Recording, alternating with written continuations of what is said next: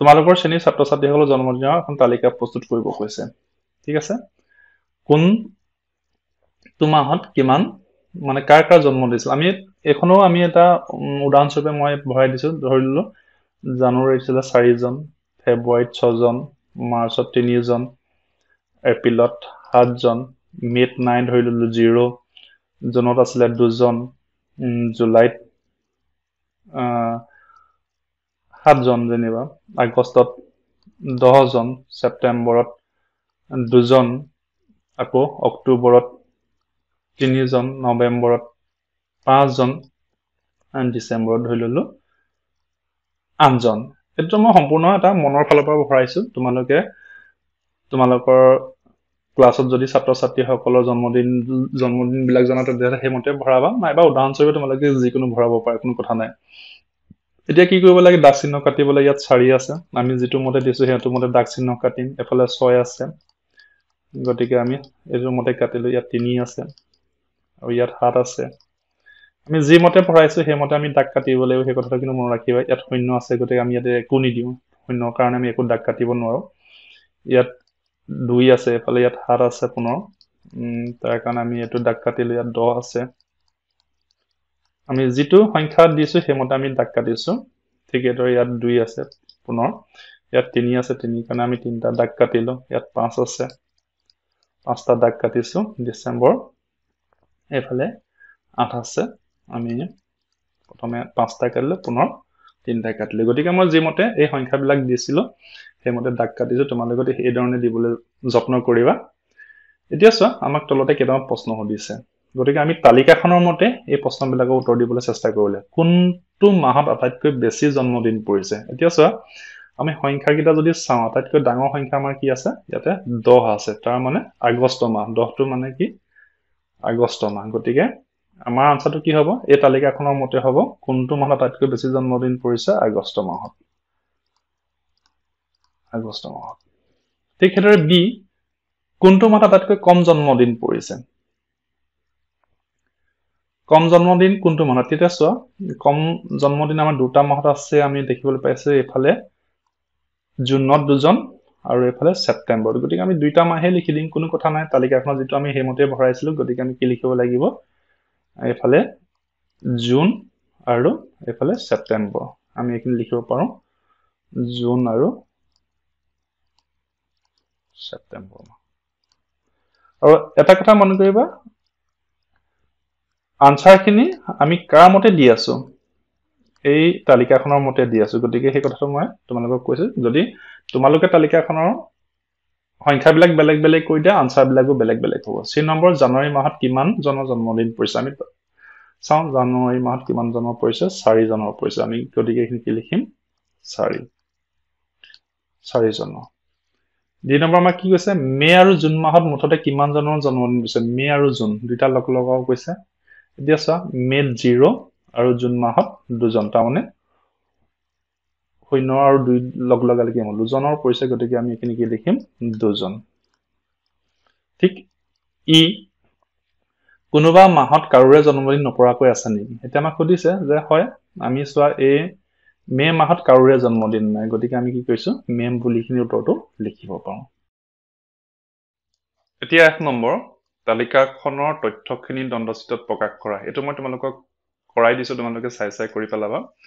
এতিয়া চোৱা আমি সেই তালিকাখনত যিখিনি ডাটা ভৰাইছিল সেই ডাটাখিনি আমি দণ্ডচিত্ৰ আকাৰে ইয়াত প্ৰকাশ কৰি দিছো তোমালোকে এই বস্তুটো চাই বুজিবলৈ চেষ্টা কৰিবা যে আমি এফালে কি কৰিছো জন্মদিনৰ সংখ্যা আমি এফালে দিছো তলত মাহৰ নাম আছে গতিকে এখন সুন্দৰভাৱে মই কৰাই দিছো তোমালোকে এখনি চাই কৰিব লাগিব দৰকাৰ হলে ভিডিওটো পজ কৰি লবা আৰু গোটেইখিনি দণ্ডচিত্ৰটো সুন্দৰকৈ আঁকিবলৈ চেষ্টা কৰিবা ঠিক আছে আমি এতিয়া পিছৰ প্ৰশ্নলৈ যাওঁ বলা এতিয়া এইখিনিতে আৰু এটা প্ৰশ্ন দিছে এটো তোমালোকে কৰিবা আৰু তোমালোকৰ পৰিয়ালৰ সদস্যখিনিৰ জন্মদিনবোৰ গহংগ কৰা ইয়াৰ পৰা আগৰ তালিকাখনৰ দৰে কোন মাহত কিমানজনৰ জন্মদিন আছে লিপিবদ্ধ কৰা এটো তোমালোকে নিজে কৰিবলৈ চেষ্টা কৰিবাচোন বাৰু এতিয়া আমি পিছৰ প্ৰশ্নলৈ যাওঁ বলা এতিয়া চোৱা অভ্যাসন সময় এটা আমাক এটা আৰু প্ৰশ্ন দিছে এজন ল'ৰা এদিনাখন ঘৰৰ খিৰিকী এঘণ্টা ধৰি বাটলৈ চাওঁতে কি বাহন কিমান সংখ্যক গৈছে তাৰ হিচাপ ধৰিছে হিচাপটো তলৰ চিত্ৰলেখত প্ৰকাশ কৰা হল আমাক এটা চিত্ৰলেখ দিছে ইয়াতে আৰু ইয়াতে কেইখনমান বাহন দিছে যান বাহনৰ নাম কি দিছে অটো ৰিক্সা দিছে মটৰচাইকেল চাইকেল সৰু গাড়ী আৰু ইয়াত যান বাহনৰ সংখ্যা ইফালে দিছে আমি যদি অটো হিচাপ কৰো 1 2 3 4 5 6 7 8 অটো কিমান আছে 8খন অটো ৰিক্সা ঠিক এদৰে মটৰচাইকেল 1 2 3 4 5 6 7 8 9 10 মটৰচাইকেলৰ সংখ্যা পালো আমি 10 তাৰ পিছত চাইকেলটো আমি হিচাপ কৰি লওঁ হা 1 2 3 4 5 6 7 8 9 10 11 12 চাইকেল আছে 12খন আৰু সৰু গাড়ী আছে আমাৰ 5খন এইখিনি হৈছে ডাটা এই ডাটাখিনি আমাক ইয়াতে দিছে এতিয়া চোৱা তলতে আমাক কেইটামান প্ৰশ্ন দিছে এইখিনিতে চিত্ৰলেখটো মন কৰা তলৰ প্ৰশ্নবোৰ উত্তৰ দিয়া কোনখন বাহন আটাইতকৈ বেছি চলিছে এতিয়া যদি আমি এই চিত্ৰলেখটোলৈ মন কৰো তেতিয়াহলে ইয়াতে কোনখন বাহন চাইকেলখন আটাইতকৈ বেছি চলে কাৰণ চাইকেলৰ সংখ্যা 12খন আমি পাইছো গতিকে আমি ইয়াত আনসাৰটো কি লিখিব পাৰিম চাইকেল বুলি লিখি দিলে আমাৰ ইয়াত হৈ যাব গতিকে এইখিনি তোমালোকে চাইকেল বুলি লিখিবা তাৰ পিছত কোনখন বাহন আটাইতকৈ কম চলিছে এতিয়া চোৱা সৰু গাড়ীৰ সংখ্যা মাত্ৰ 5খন গতিকে কমকে চলা বাহন কি সৰু গাড়ী গতিকে এইখিনি উত্তৰটো হ'ব সৰু গাড়ী বস এইবোৰ সিম্পল কথা ইমান বিশেষ টান নহয় তাৰ পিছত নেক্সট আমাক সুধিছে চাইকেল আৰু মটৰচাইকেলৰ মাজত কোনটো বেছি চলিছে এতিয়া চোৱা আমাৰ চাইকেল আমি 12খন পালো আৰু মটৰচাইকেল 10খন পালো তেতিয়াহলে আমি কি বুজি পাইছো যে চাইকেল আৰু মটৰচাইকেলকৈ চাইকেল বেছি চলিছে তেতিয়া কোনটো বেছি চলিছে তেতিয়াহলে আমি পুনৰ এখিনি লিখিব লাগিব চাইকেল এইখিনিতে আমি পুনৰ চাইকেল লিখিব লাগিব কাৰণ চাইকেল 12খন আছে ঠিক আছে মুঠ দুচকীয়া বাহনৰ সংখ্যা কিমান এতিয়া চোৱা দুচকীয়া বাহন বুলি ক'লে মটৰচাইকেলো পৰিব চাইকেলো পৰিব এতিয়া চাইকেল আছে 12খন আৰু মটৰচাইকেল আছে 10খন আমি যদি দুইটা